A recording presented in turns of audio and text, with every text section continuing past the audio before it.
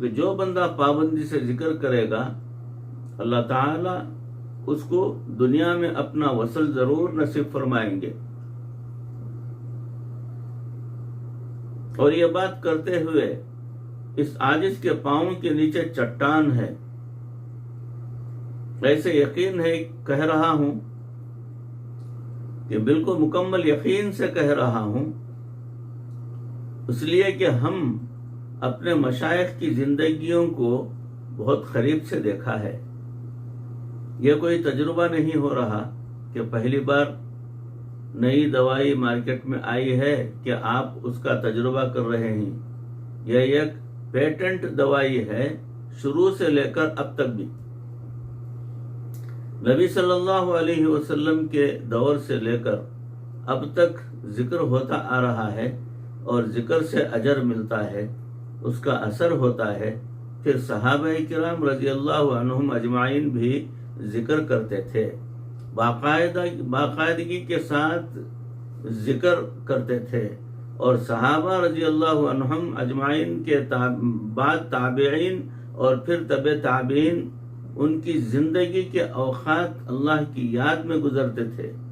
ہاں، یہ اصطلاحات جو آج استعمال ہوتی ہیں یہ بعد کے مشائخ نے متعین کی. ابو سید خراز رحمۃ اللہ علیہ تبع تابعین میں سے ہیں، انہوں نے سب سے پہلے فنا اور بقا کا لفظ استعمال کیا. تو الفاظ کا استعمال تو چلو بعد میں صحیح، مگر کیفیت تو شروع سے ہی ہوتی آ رہی ہے. حدیث میں آیا ہے کہ صحابہ کرام رضی اللہ عنہم نبی صلی اللہ علیہ وسلم کی خدمت میں بالکل خاموش بیٹھے رہتے تھے. امام ربانی مجدد الفسانی رحمۃ اللہ علیہ یہ احادیث نقل کر کے پھر پوچھتے ہیں کہ کیا نبی صلی اللہ علیہ وسلم اور صحابہ رضی اللہ عنہم کا اتنی دیر خاموش رہنا غفلت کی وجہ سے تھا یا اللہ کی یاد کی وجہ سے تھا؟ تو یہ فقط خاموشی نہیں تھی بلکہ تدبر تھا، تفکر تھا، اور یہ ذکر سے بھی اوپر کا مقام ہے تدبر اور تفکر. تو اس لیے کہ ان حضرات کی زندگیوں میں بھی ذکر بہت زیادہ تھا اور اس وقت سے آج تک چلا آ رہا ہے. تو ہمیں ذکر کثرت کے ساتھ کرنا چاہیے. اگر ہم چاہیں کہ ہمارا من صاف ہو جائے تو جب تک ہم ذکر نہیں کریں گے من کی آنکھیں نہیں کھلیں گی. بابا من کی آنکھیں کھول، بابا من کی آنکھیں کھول، مطلب کی ہے دنیا ساری، مطلب کے ہیں سب سنساری. جگ میں تیرا وہ حد کاری، تن کا سارا زور لگا کے نام اللہ کا بول، بابا من کی آنکھیں کھول.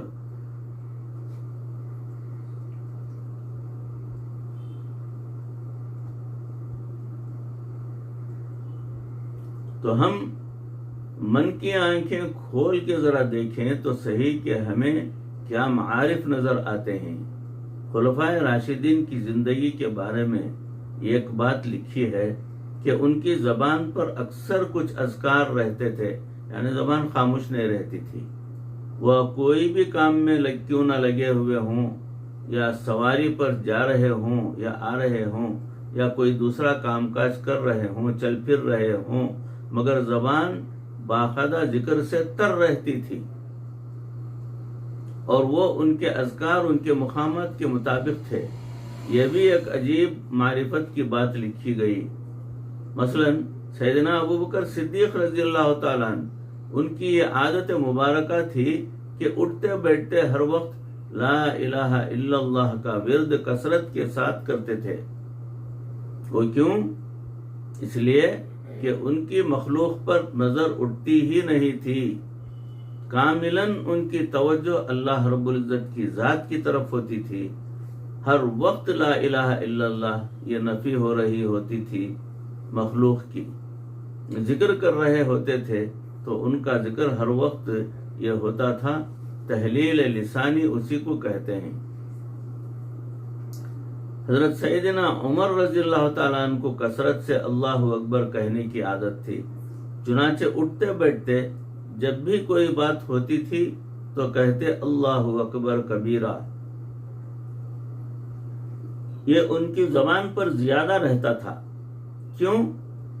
اس لیے کہ ان کی نظر جب بھی مخلوق پر پڑتی تھی تو مخلوق کی بجائے اللہ رب العزت کی عظمت کی طرف ان کا دھیان چلا جاتا تھا، ہر چیز میں اللہ کی بڑائی کو دیکھتے تھے۔ یہ ان کی طبیعت تھی، طبیعت ہی ایسی تھی، چنانچہ اللہ اکبر کبیرہ یا اللہ اکبر ذکر کثرت کے ساتھ کرتے تھے۔ سیدنا عثمان غنی رضی اللہ تعالیٰ عنہ کے بارے میں آتا ہے کہ ان کی زبان پر اکثر سبحان اللہ کا لفظ رہتا تھا، ہر وقت کہتے، بات بات پر سبحان اللہ سبحان اللہ سبحان اللہ کہتے رہتے تھے۔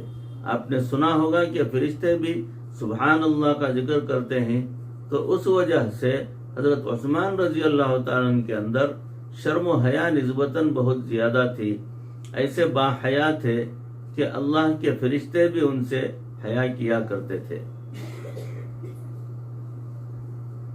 خود نبی صلی اللہ علیہ وسلم کا فرمان ہے، بیٹھے ہی اپنے گھر میں حجرہ مبارک میں پنڈلی مبارک کا کچھ حصہ کھلا ہے، تو جب اور صحابہ آتے ہیں تو آپ صلی اللہ علیہ وسلم لیٹے رہے، اور جب حضرت عثمان غنی رضی اللہ تعالیٰ عنہ تشریف لاتے ہیں تو آپ صلی اللہ علیہ وسلم اٹھ کر بیٹھ جاتے ہیں اور جسم مبارک کو ڈھانپ لیا کرتے ہیں۔ جب پوچھا گیا تو فرمایا کہ جب فرشتے ان سے عثمان سے حیا کرتے ہیں تو میں کیوں نہ حیا کروں، تو ان کو وہ مقام حاصل تھا۔ سیدنا علی کرم اللہ وجہہ کے زمانے میں ان کے بارے میں آتا ہے کہ ان کو الحمدللہ کہنے کا ان کا تکیہ کلام جو ہے ہوتا تھا، الحمدللہ الحمدللہ الحمدللہ پڑھتے رہتے تھے، تسبیح کرتے رہتے تھے۔ تو چاروں صحابہ رضی اللہ عنہم کا اپنا اپنا تقیہ کلام تھا، اور یہ ان کے مدارج کے حساب سے تھا۔ ترتیب خلافت میں علماء کا استدلال کیا ہوتا ہے، اس کا تذکرہ کیا جاتا ہے کہ ہمارے اس سلسلے میں حضرت خواجہ نقشبند بخاری رحمۃ اللہ علیہ سے پوچھا گیا کہ یہ جو طریقت ہے کیا یہ شریعت سے علیحدہ کوئی چیز ہے؟ تو انہوں نے اس کا عجیب جواب دیا، فرمانے لگے نہیں، طریقت کا مقصود یہ ہے کہ جو کچھ اجمالی ہے وہ تفصیلی ہو جائے، اور جو استدلالی ہے وہ کشفی ہو جائے۔ دو باتیں کہیں تو علماء اسی چیز کو استدلال سے ثابت کر دیتے ہیں، مشائخ اسی چیز کو کشف میں دیکھ لیتے ہیں۔